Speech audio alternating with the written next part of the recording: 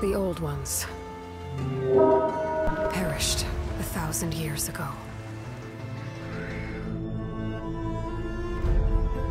It may only be the second month of 2022, but already the big games are upon us. One of the absolute biggest, for example, is none other than Horizon Forbidden West, a PlayStation console exclusive that promises to push the full power of PlayStation 5 beyond anything we've seen so far. Developer Guerrilla also promises that this open world actioner will look and play just as good on the last gen system, so PlayStation 4 owners still have nothing to worry about. The original Horizon Zero Dawn launched way back in 2017, and ever since, fans have been waiting patiently to see what Aloy's follow-up adventure has in store.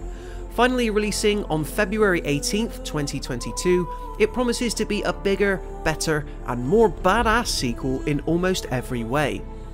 Still need convincing that Horizon Forbidden West will be worth picking up? I'm Aaron from Console Deals, and here are 5 reasons why any dedicated PlayStation gamer should be excited for one of the year's most notable releases. It should go without saying, but half a decade is a long time for any game to be in development. Doubly so when said game just so happens to be a sequel to one of the PlayStation 4's best reviewed games ever. Luckily, the wait looks to have been very much worth it, as Guerrilla has promised that Horizon Forbidden West will feature a slightly larger map that more importantly will feature much more detail. Whereas before, any town or village you came across, for example, could feel a tad lifeless, extra time has been spent to make each tribe you visit feel much more lifelike and believable. If we're talking pure length though, Guerrilla is on record as saying that Horizon Forbidden West will take, quote, about the same amount of time to complete. This would see it weigh in at roughly 25 to 30 hours for most players, but that's not including the boatload of side activities, additional quests, and collectibles sure to be waiting for you to discover. Valleys, mountains, beaches, and more all make up this post-apocalyptic version of the American West that Guerrilla has created. It's sure to take you lots of time to see it all. Whereas the first Horizon game featured melee combat of sorts, it's no secret that it placed a much larger emphasis on taking down enemies from afar using all manner of ranged weapons. Aloy is a trained bowman after all, and popping off individual sections and pieces of the creatures you fight never cease to be thrilling. However, Guerrilla has acknowledged that the up-close staff melee approach lacked just a little, and so has significantly revamped it for the sequel. No longer does it feel clumsy as Aloy tries to get in a hit up close.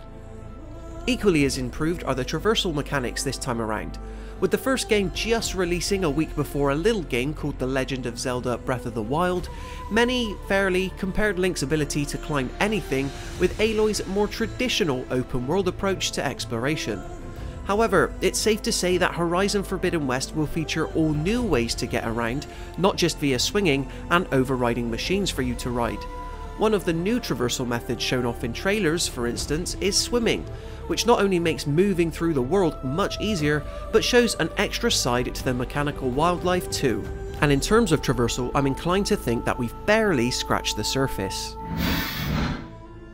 Nobody can deny that one of the chief appeals of Horizon Zero Dawn was getting to tackle, overcome, and then ultimately take down several of the magnificent mechanical beasts that roam the world. Each one you came across provided a new type of challenge and demanded a sharp change of strategy, whether that was the Thunderjaw's nature to ram or the Watcher's quick movement. Needless to say, as well as a new setting, Forbidden West also brings with it various new creatures that we weren't able to see before. One of the most prominent new creatures splashed all over Forbidden West's marketing is what's called the Tremor Tusk, an elephant-inspired monolith of sorts that forces you to think on your feet. Other beasts set to debut in the Horizon sequel include the Slitherfang, Rollerback, and Sunwing. We don't know exactly how these will function yet, but this inherent surprise forms much of the fun and excitement whenever these challenging encounters do ultimately make themselves known. While there was some initial disappointment after learning that Horizon Forbidden West wouldn't be a PlayStation 5 exclusive, it still looks absolutely stunning from everything we've seen so far. The PS4 version promises to look beautiful too, of course, but there's no denying that the PS5 version will benefit from several visual enhancements such as improved HDR, a faster frame rate, and the quickest of loading times. Not to mention that the PlayStation 5 DualSense controller promises excellent haptic feedback every time you lunge with a spear or fire your bow. The main major visual difference between the PS4 and PS5 versions of Horizon Forbidden West actually relates to frame rate. Much like the original game, the former will be locked at a solid 30 FPS, while the PS5 game offers a multiple suite of visual options, including the ability to play at a silky 60 FPS. In any case, while we're talking console differences, it's worth remembering that those who purchase the PS4 version, which is actually £10 cheaper here in the UK, can also get a free upgrade to the PS5 version, gaining the benefits of both worlds if you do indeed plan on making the generational jump. Story is obviously just as important as graphics or gameplay for most first-party PlayStation exclusives, and the original Horizon was emblematic of that. Well, Guerrilla is kicking this up a notch for the sequel, by calling upon the talents of select Hollywood royalty to bring its new characters to life. Ashley Birch still returns as Aloy, as does The Wire's very own Lance Reddick as Silence. In Forbidden West, however, they're joined by a host of other stars. One of the most notable is Carrie-Anne Moss of The Matrix fame, who plays a mysterious new character called Tilda. She promises to play a key role in helping Aloy get the answers she seeks.